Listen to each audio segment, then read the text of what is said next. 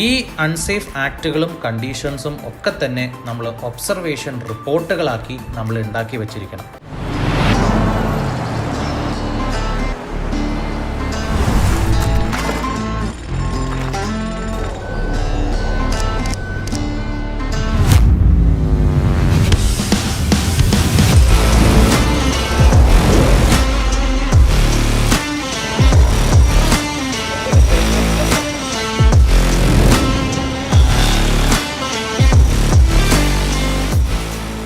Malayali safety ഗുരു എന്ന ചാനലിലേക്ക് വീണ്ടും എല്ലാവർക്കും സ്വാഗതം. കൂടുതൽ വിവരങ്ങൾ അറിയുന്നതിനായി ഈ ചാനൽ സബ്സ്ക്രൈബ് ചെയ്യുക, ബെല്ലൈക്കൺ അമർത്തി എല്ലാ നോട്ടിഫിക്കേഷൻസും നിങ്ങൾക്ക് അലേർട്ട് ആകുന്ന രീതിയിൽ സെലക്ട് ചെയ്യുക. ഡെയിലി അഥവാ routine duties of safety officer അല്ലെങ്കിൽ HSE അഡ്വൈസർ, ആ വീഡിയോന്റെ 4ാം ഭാഗത്തിലേക്ക് എല്ലാവർക്കും സ്വാഗതം. കഴിഞ്ഞ വീഡിയോയിൽ നമ്മൾ ഫസ്റ്റ് എയ്ഡ് എക്യുപ്മെൻറ്റുകളെ പറ്റിയിട്ടും ഫസ്റ്റ് എയ്ഡ് റേഷ്യോസിനെ പറ്റിയിട്ടും നമ്മൾ പറഞ്ഞായിരുന്നു. ഇനി ഇത് കൂടാതെ തന്നെ നമ്മൾ ചെക്ക് ചെയ്യേണ്ട വേറൊരു കാര്യം, ആ വർക്ക് നടക്കുമ്പോൾ ആ വർക്കേഴ്സിന് എല്ലാവർക്കും തന്നെ എമർജൻസി റെസ്പോൺസിനെ പറ്റിയിട്ട് അറിവുകളുണ്ടോ എന്നുള്ളത് നോക്കണം. ഉദാഹരണം പറയുകയാണെന്നുണ്ടെങ്കിൽ ഒരു ഫയർ ഉണ്ടാവുകയാണെങ്കിൽ അല്ലെങ്കിൽ ഒരു ഫസ്റ്റ് എയ്ഡ് ഉണ്ടാവുകയാണെങ്കിൽ, പെട്ടെന്നൊരു ഗ്യാസ് ലീക്കോ എന്തെങ്കിലും ഉണ്ടാവുകയാണെന്നുണ്ടെങ്കിൽ എന്താണ് ഇവർ ചെയ്യേണ്ട റെസ്പോൺസ്, ആ റെസ്പോൺസിനെ പറ്റിയിട്ട് ഇവർക്ക് അറിവുണ്ടോ, ഇവർക്ക് എമർജൻസി നമ്പറുകൾ അറിവുണ്ടോ, അടുത്തുള്ള അസംബ്ലി പോയിന്റ് എവിടെയാണെന്ന് അറിവുണ്ടോ, എക്സിറ്റ് റൂട്ടുകൾ എന്താണെന്നുള്ളത് അറിവുണ്ടോ എന്നുള്ളത് നമ്മൾ വെരിഫൈ ചെയ്യണം. അത് നമുക്ക് ഡെയിലി ടൂൾ ബോക്സ് ടോക്കിൽ നമുക്ക് എല്ലാവരോടും ചോദിച്ച് മനസ്സിലാക്കുകയോ അല്ലെങ്കിൽ നമുക്ക് ആ ഇൻഫർമേഷൻ പറഞ്ഞ് അവർക്ക് അത് റിമൈൻഡ് ചെയ്യുകയോ ചെയ്യാം. അതേപോലെ തന്നെ വളരെ ഇമ്പോർട്ടൻ്റ് ആയിട്ട് ചെക്ക് ചെയ്യേണ്ട വേറൊരു കാര്യം പെർമിറ്റുകളാണ്, പെർമിറ്റ് വർക്ക് സിസ്റ്റംസ്. ഓരോ ജോബ് ചെയ്യുമ്പോൾ പെർമിറ്റുകൾ എടുത്താണോ ചെയ്യുന്നത്? ഓരോ സ്ഥലത്ത് ചിലപ്പോൾ പെർമിറ്റുകളുടെ ആവശ്യം വേണമെന്നിരിക്കാം, ചിലപ്പോൾ ചില സ്ഥലങ്ങളിൽ വേണ്ട എന്നും ഉണ്ടാകാം. അപ്പോൾ ആ സ്ഥലത്തെ റിക്വയർമെൻ്റ് അനുസരിച്ചിട്ട് നിങ്ങൾ നോക്കുക. ഇഥവാ പെർമിറ്റ് ഉണ്ടെന്നുണ്ടെങ്കിൽ ഈ പെർമിറ്റുകൾ പാലിച്ചുകൊണ്ടാണോ, പെർമിറ്റിൽ പറഞ്ഞിരിക്കുന്ന പ്രകാരം തന്നെയാണോ വർക്ക് നടക്കുന്നതെന്നുള്ളത്, ഈ പെർമിറ്റിൽ പറഞ്ഞിരിക്കുന്ന എല്ലാ കാര്യങ്ങളും കംപ്ലയൻസ്, അതായത് എല്ലാം നടപ്പിലാക്കിയിട്ടാണോ ഈ ക്രൂ ആ ജോബ് ചെയ്യുന്നതെന്നുള്ളത് നമ്മൾ വെരിഫൈ ചെയ്യുക. ആ വെരിഫൈ ചെയ്യുന്നതിൻ്റെ കൂട്ടത്തിൽ തന്നെ ആ ഒരു ഏരിയ ഹസാർഡുകളിൽ നിന്നും റിസ്കുകളിൽ നിന്നും ഫ്രീ ആണോ എന്നുള്ളത് നോക്കുക.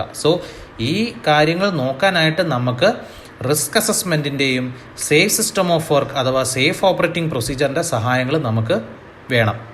അപ്പോൾ റിസ്ക് അസസ്മെൻറ്റ് എന്താണെന്നുള്ളത് നോക്കുക, സേഫ് ഓപ്പറേറ്റിംഗ് പ്രൊസീജിയറുകൾ എന്താണെന്ന് നോക്കുക.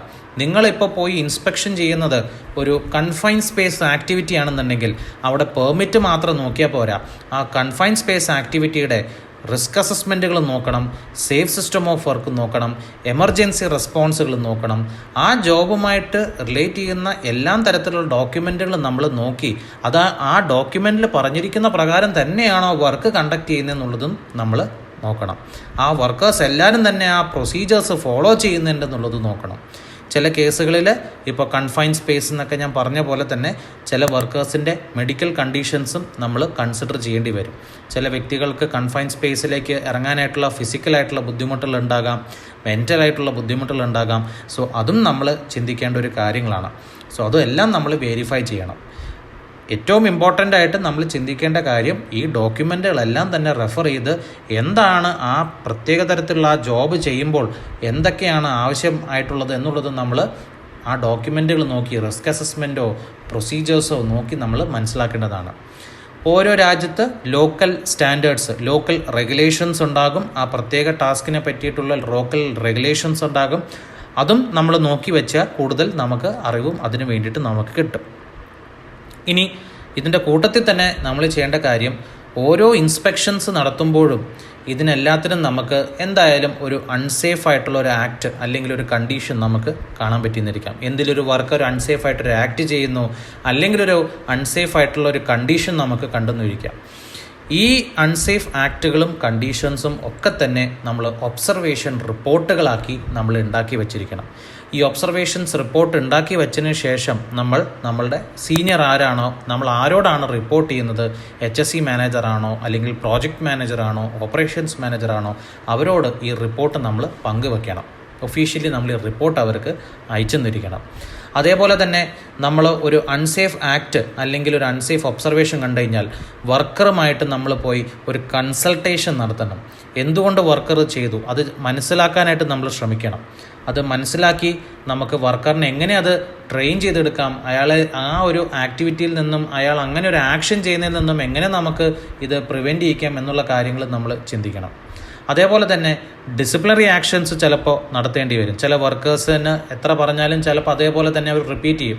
സോ ചിലപ്പോൾ നമ്മൾ ഡിസിപ്ലിനറി ആക്ഷൻ, വാർണിംഗ് ലെറ്ററോ അങ്ങനത്തെ തരത്തിലുള്ള കോൺസിക്വൻസുകളുള്ള ആക്ഷൻസ് നമ്മൾ എടുക്കേണ്ടി വരും.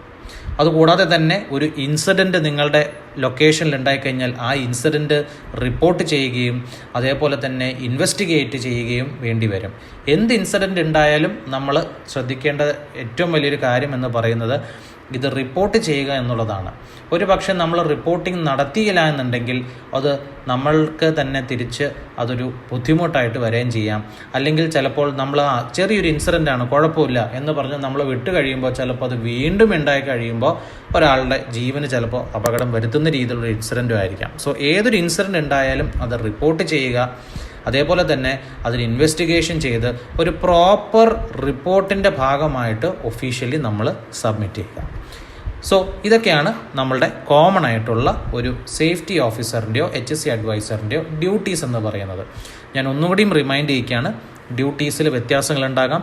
കമ്പനീസിൻ്റെ നേച്ചർ അനുസരിച്ചിട്ട് വീണ്ടും പല റെസ്പോൺസിബിലിറ്റീസിനും വ്യത്യാസം ഉണ്ടാകാം. പക്ഷേ എന്നാലും കോമൺ ആയിട്ട് നമ്മൾ ചെയ്യുന്ന കാര്യങ്ങൾ ഇതൊക്കെയാണ്. എല്ലാവർക്കും ഈ പറഞ്ഞ കാര്യങ്ങൾ മനസ്സിലായി എന്ന് വിശ്വസിക്കുന്നു. എല്ലാവരും നമ്മളുടെ മലയാളി സേഫ്റ്റി ഗുരു എന്ന് പറയുന്ന ചാനൽ സബ്സ്ക്രൈബ് ചെയ്യാൻ മറക്കരുത്. കൂടുതൽ വിവരങ്ങൾക്കായിട്ട് നിങ്ങൾ സബ്സ്ക്രൈബ് ചെയ്യുക, ബെല്ലൈക്കൺ പ്രസ് ചെയ്യുക. എല്ലാം നോട്ടിഫിക്കേഷൻസ് നിങ്ങൾക്ക് വരുന്ന രീതിയിൽ അതിൻ്റെ അലേർട്ടുകൾ നിങ്ങൾ സെറ്റ് ചെയ്ത് വയ്ക്കുക. നന്ദി.